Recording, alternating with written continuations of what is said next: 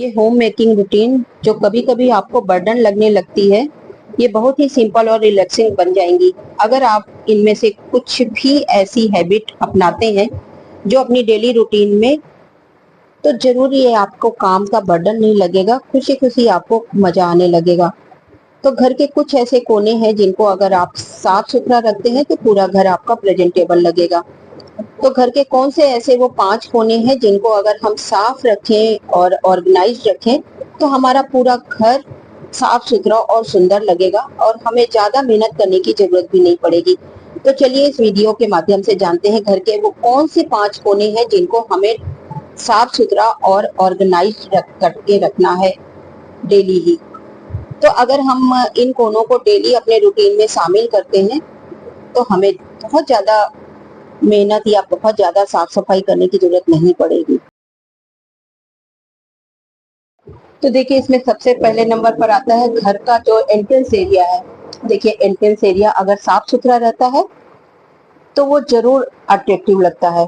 देखिए घर एक आईना होता है उसमें रहने वाले लोगों का। घर जैसा दिखता है आप उस घर में रहने वाले लोगों के बारे में अंदाजा लगाया जा सकता है कि उनकी पर्सनालिटी कैसी होगी। तो सबसे पहले जो एंट्रेंस एरिया है जो सबसे पहले अट्रैक्शन में आता है या सबसे पहले दिखता है, उसको डेली ही आप अपनी क्लीनिंग और ऑर्गेनाइजेशन में शामिल कीजिए। उसको अच्छे से ऑर्गेनाइज करके रखिए। जरूरी नहीं है कि मार्केट से आप बहुत महंगी महंगी चीजें लेकर आए, आप अपने घर की छोटी मोटी चीजें या अपने हाथ से DIY की हुई चीजों से भी आप उस एंट्रेंस को सजा सकते हैं। कुछ नहीं तो आपके पास कोई प्लांट्स है, एरिका पाम हो गए या इस तरह के कोई भी छोटे मोटे प्लांट्स, आपको एक कॉर्नर बनाकर उसे डेकोरेट कर सकते हैं। तो देखिए एंट्रेंस एरिया को जरूर आप साफ कीजिए और ऑर्गेनाइज करके रखिए। और उसी के साथ अगर बालकनी आपके साथ है जो कि एंट्रेंस से दिखती है तो आप उसको भी ऑर्गेनाइज करना ना भूलें, क्योंकि वो भी सामने है तो उसको भी उतना ही साफ सुथरा रखें और ऑर्गेनाइज करके रखें। उसके बाद नंबर आता है आपका ड्राइंग रूम। ड्राइंग रूम भी एक आपके घर का एक ऐसा कॉर्नर है जिसे ऑर्गेनाइज करना डेली ही जरूरी होता है, क्योंकि कोई भी गेस्ट आते हैं तो सबसे पहले आप ड्राइंग रूम में ही बिठाते हैं। अगर ड्राइंग रूम फैला हुआ और बिखरा हुआ होता है तो वो अच्छा नहीं दिखता और आपको भी एम्बैरेस फील होगा, क्योंकि कई गेस्ट ऐसे हैं कि जो बिना बताए आ जाते हैं। वैसे तो सोशल मीडिया का जमाना है, लोग बताकर ही आते हैं, पर कई बार ऐसा होता है आस पड़ोस की फ्रेंड्स ही बिना बताए आकर बैठ जाती है तो वो भी अच्छा नहीं लगता है। देखिए आपका घर हर वक्त प्रेजेंटेबल रहे, साफ सुथरा रहे तो आपको भी कॉन्फिडेंस आता है और आपको भी प्राउड फील होता है कि मैं ऐसे अपने घर को बनाकर रख काम करके आता है। पर कई बार ऐसा होता है कि फोन मिल नहीं पाता है या कोई ऐसे रीजन से कोई अचानक ही आ जाता है या आसपास का ही कोई आ गया बैठ गया आके। तो अगर बिखरी हुई चीजें और फैला हुआ ड्राइंग रूम होता है तो खुद को भी एम्बैरेस लगता है और आने वाले को भी अच्छा नहीं लगता और वो भी आपके बारे में गलत अंदाजा लगाता है कि शायद आप ऐसे ही हमेशा ही रखते होंगे, क्योंकि एक दिन कोई आएगा और देखेगा। कोई रोज रोज तो आपके घर में नहीं आता, कभी कभार ही लोग आते हैं और अगर आपका फैला हुआ घर और फैला हुआ ड्राइंग रूम देखते हैं तो वो आपके बारे में वही जजमेंट बना लेते हैं कि आप शायद हमेशा ऐसे ही रखते होंगे। तो आप हमेशा अपने ड्राइंग रूम को प्रेजेंटेबल रखिए, आप साफ सुथरा रखिए तो पूरा घर आपका ऑर्गेनाइज लगेगा। और इन एरियाज को कभी भी आप निगलेक्ट मत कीजिए, इसे आप डेली की सफाई और डेली के ही ऑर्गेनाइजेशन में शामिल कीजिए। थर्ड नंबर पर आता है देखिए किचन। किचन ऐसा है कि कई बार ऐसा होता है कि देखिए कोई आता है, कई बार फ्रेंड्स ही आती हैं तो वो आके किचन में देखने लग जाती हैं कि चलो हेल्प करने के बहाने ही कई बार होते हैं कि भाई चलो आप अकेले कर रहे हो तो आ जाते हैं किचन में हेल्प करने के लिए। अब किचन अगर फैली होती है, गंदी होती है तो हमें भी एम्बैरेस लगता है। तो देखिए किचन को भी ऐसा एरिया है कि अगर कोई आए या ना आए, अपने लिए ही सही आप उसे हमेशा साफ सुथरा और ऑर्गेनाइज करके रखिए। जब भी बस छोटी छोटी सी हैबिट है, जब आप खाना बना लेते हैं उसको बस सारे ही बर्तन जो बड़े बर्तन है उनको खाली करके उनको साफ सुथरा कर दीजिए, काउंटर टॉप को साफ कर दीजिए, गैस को आप साफ सुथरा कर दीजिए, उसी टाइम आप बर्तन धोकर सिंक को धो पोंछ के हमेशा सूखा रखिए, साफ सुथरा रखिए। तो देखिए ये छोटे छोटे से काम है, अगर इन हैबिट्स को अगर आप अपने रूटीन में शामिल कर लेते हैं, आपको ये काम का बर्डन नहीं लगेगा, बल्कि आने वाला भी खुश होगा। आप जब किचन में आते, देखिए हम हाउस वाइफ कहीं हो चाहे वर्किंग लेडीज हो, ज्यादातर हमें किचन में काम पड़ता है, और देखिए घंटे 2 घंटे तो हमें किचन में देना ही पड़ता है। अगर वर्किंग लेडीज भी है तो वो भी खाना बनाने के लिए तो किचन में आएंगी ही ना।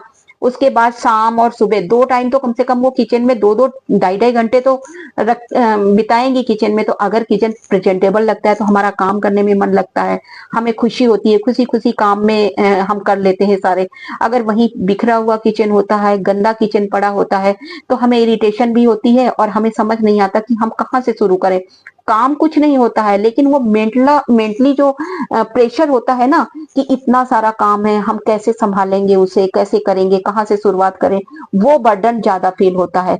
तो आप कोशिश कीजिए टर्न बाय टर्न, जैसे आप काम को निपटाते चलिए। आपने खाना बनाया, सब्जी बनाई, आपने उसी टाइम उसको, बन गई सब्जी, कढ़ाई खाली किया, आप उसी टाइम धो के रख दीजिए। कोई और बर्तन है उसको खाली किया और उसी टाइम धो के रख दिया। जब आपका काम खत्म हो गया, एक बार पूरा आप किचन को अच्छी तरह से क्लीन करके उसके बाद ही किचन से बाहर निकलो। ये नहीं कि नहीं बाद में कर लेंगे, चलो हम रेस्ट कर लेते हैं। अगर एक बार हम रेस्ट करने, चलो मैं ये नहीं कहती हूँ, अपना अपना शरीर है, कभी हम थक भी जाते हैं, कोई बात नहीं, आप 5-10 मिनट का रेस्ट भी ले सकते हैं, लेकिन उस काम को टालो नहीं। टालने से क्या होता है, वो फिर बाद में करते करते वो टल ही जाता है। और बाई चांस उसी टाइम, कई बार ऐसा होता है गंदा घर या गंदा किचन पड़ा होता है तो उसी टाइम कोई आ जाता है। तो इसलिए कोशिश कीजिए कि जो जरूरी चीजें हैं या जरूरी काम है उनको कभी आप टालें मत, उनको हमेशा टाइम पर निपटाने की कोशिश कीजिए। तीसरे नंबर पर आता है आप बेडशीट। आप बहुत कुछ नहीं कर पाते हैं, अपने आपके पास टाइम नहीं है, या आपका डेली इतना आपका शरीर अलाउ नहीं करता कि आप इतना काम करें। तो बस ये छोटी छोटी सी चीजें हैं जो सामने दिखती हैं, और अगर वो साफ सुथरी लगती हैं तो हमारा पूरा घर ही ऑर्गेनाइज लगता है। जैसे कि आपने बेडशीट चेंज कर दिया, अगर चेंज करनी है तो चेंज कर दीजिए, नहीं तो उसको दोबारा से झाड़ कर दोबारा से उसको अच्छे से बिछा दीजिए। आप पिलो ठीक कर दीजिए, कुशन ठीक कर दीजिए, अपने आप ही घर कितना अच्छा और कितना सुकून लगता है। आप अगर वर्किंग है, देखिए शाम को आएंगी आप घर में, कितना ये साफ सुथरा ऑर्गेनाइज देखकर कितना मन खुश होता है, और आने वाला तो खुश होगा ही। तो इस तरह से छोटी छोटी सी आदतों को आप अपने रूटीन में शामिल कर सकती हैं। आप बाथरूम जाते हैं नहाने के लिए, उसी टाइम एक हाथ आप वॉश बेसिन पे मार दीजिए, एक हाथ आप थोड़ा जो मिरर है उसको थोड़ा सा साफ कर दीजिए। आपका बहुत टाइम नहीं जाएगा इसमें, मुश्किल से 5 मिनट लगेंगे। और आप कमोड है उसको ब्रश मार दीजिए। नहाने तो आप जा ही रहे हैं, बस ये छोटे छोटे से काम है, उसी टाइम आप रूटीन में शामिल कर लीजिए। इसमें कोई ज्यादा एफर्ट नहीं लगेंगे, लेकिन आपका घर हमेशा ऑर्गेनाइज रहेगा। कोई भी देखिए आप आता है, कई बार वॉशरूम लोग यूज करते हैं, तो कई बार ऐसा होता है कि गंदा होता है, अच्छा नहीं लगता है। तो आप इस तरह से अगर अपने डेली के रूटीन में शामिल करेंगे तो आपका घर कभी भी इतना मैसी या इतना गंदा नहीं लगेगा कि आपको एम्बैरेस फील हो।